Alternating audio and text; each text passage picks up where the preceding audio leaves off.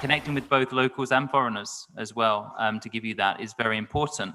We're joined now actually here in the quarantine by Nick Hathaway, a digital nomad turned resident and the co-founder of 45 Degrees Sailing, #content agency, and a key team player in the KSC and KFC. Nick, tell us more about you. Thank you very much, Michael. Hi, everyone. Yeah, my name's Nick.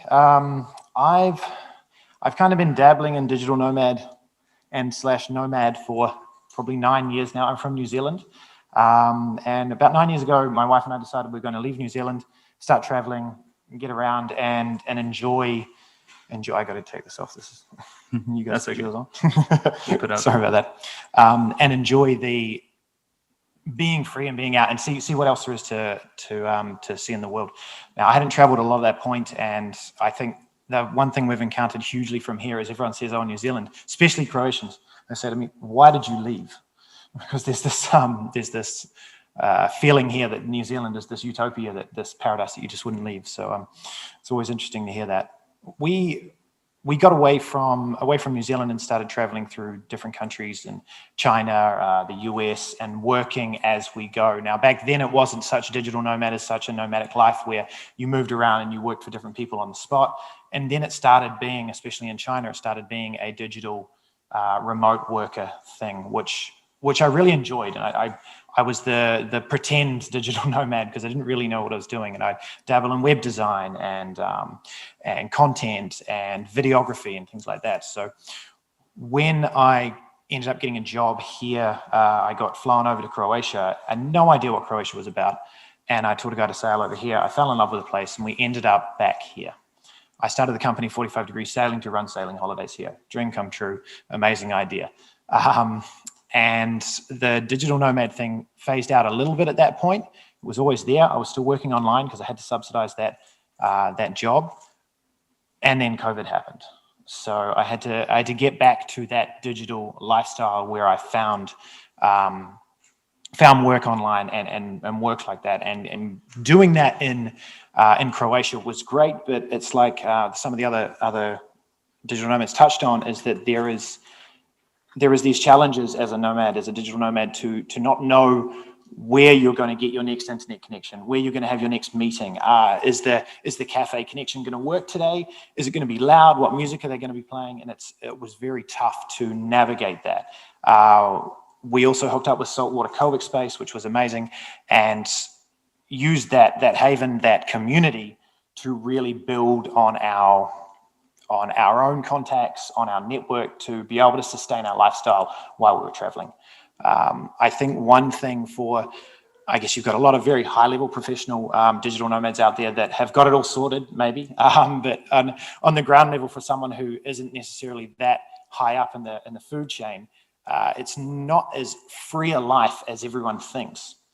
And when COVID-19 hit, the sailing company, which is amazing here, I love doing it here, took a huge hit because tourism, we all know tourism dove through the floor. I don't need to tell anyone about that.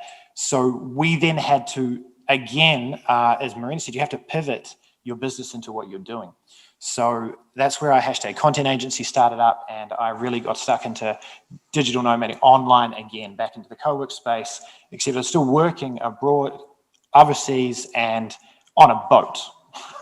So I then had to find out how I could get the best connection possible while I'm sailing and trying to run these holidays or skippering boats. So I was very nomadic in my work. And this idea was born. It's like, okay, fine. I've got clients that are now coming over from New Zealand, Australia, everything like that, telling me that they are living in central Sydney, Australia, and the connection they were getting with us on the yacht in the middle of the Adriatic was 100 times better than it was in central Sydney in Australia. And then their trip started extending for 2 weeks, and they were working and running webinars off the back deck of the boat, sometimes as it's moving, and in the middle of the night. And it started this new idea that we could offer a trip that is a holiday and a working holiday. Meeting a lot of the nomads around here, I found, okay, when you're a digital nomad here, you don't necessarily have a whole heap of money, and you need to be online, you need to be available. So to take yourself a holiday amongst your lifestyle, not knowing if you're going to have a connection, not knowing if you're going to be able to do it, is really tough.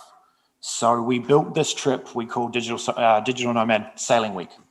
And effectively, we took 6 individuals, some of which who are here today, sailing around the Adriatic on a 55-foot yacht with a high-speed internet connection. And it was a whole lot of fun. It was an absolute blast. We prepared, I'm not sure if we have time for it, Michael. We've got a 2-minute video to show on that. You tell me whether we got time for that. We'll put the video on during the break. Is that okay? Yeah, that's absolutely fine. Absolutely fine. So you get to see a little bit of what that was like during the break if you want to see it.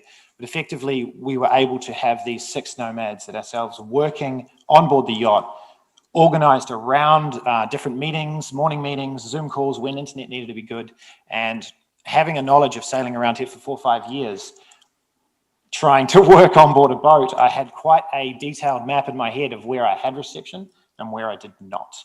And I know times I've been having to get on a call for a client and I had to climb up the mast and put my Wi-Fi router at the top of the mast to get reception in that bay. Works really well until the battery runs out. So that, I think there is a huge opportunity here for people to work and explore Croatia and encourage that digital tourism in more than just on land and here.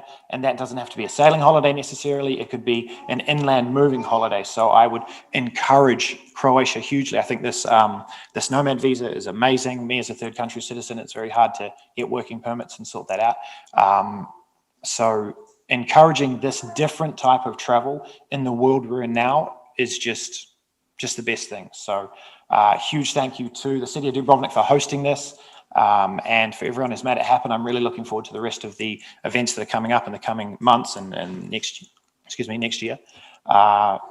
So in celebration of that, I've got 12 €200 vouchers that I want to give away to people that are either online attending this this conference or are here today.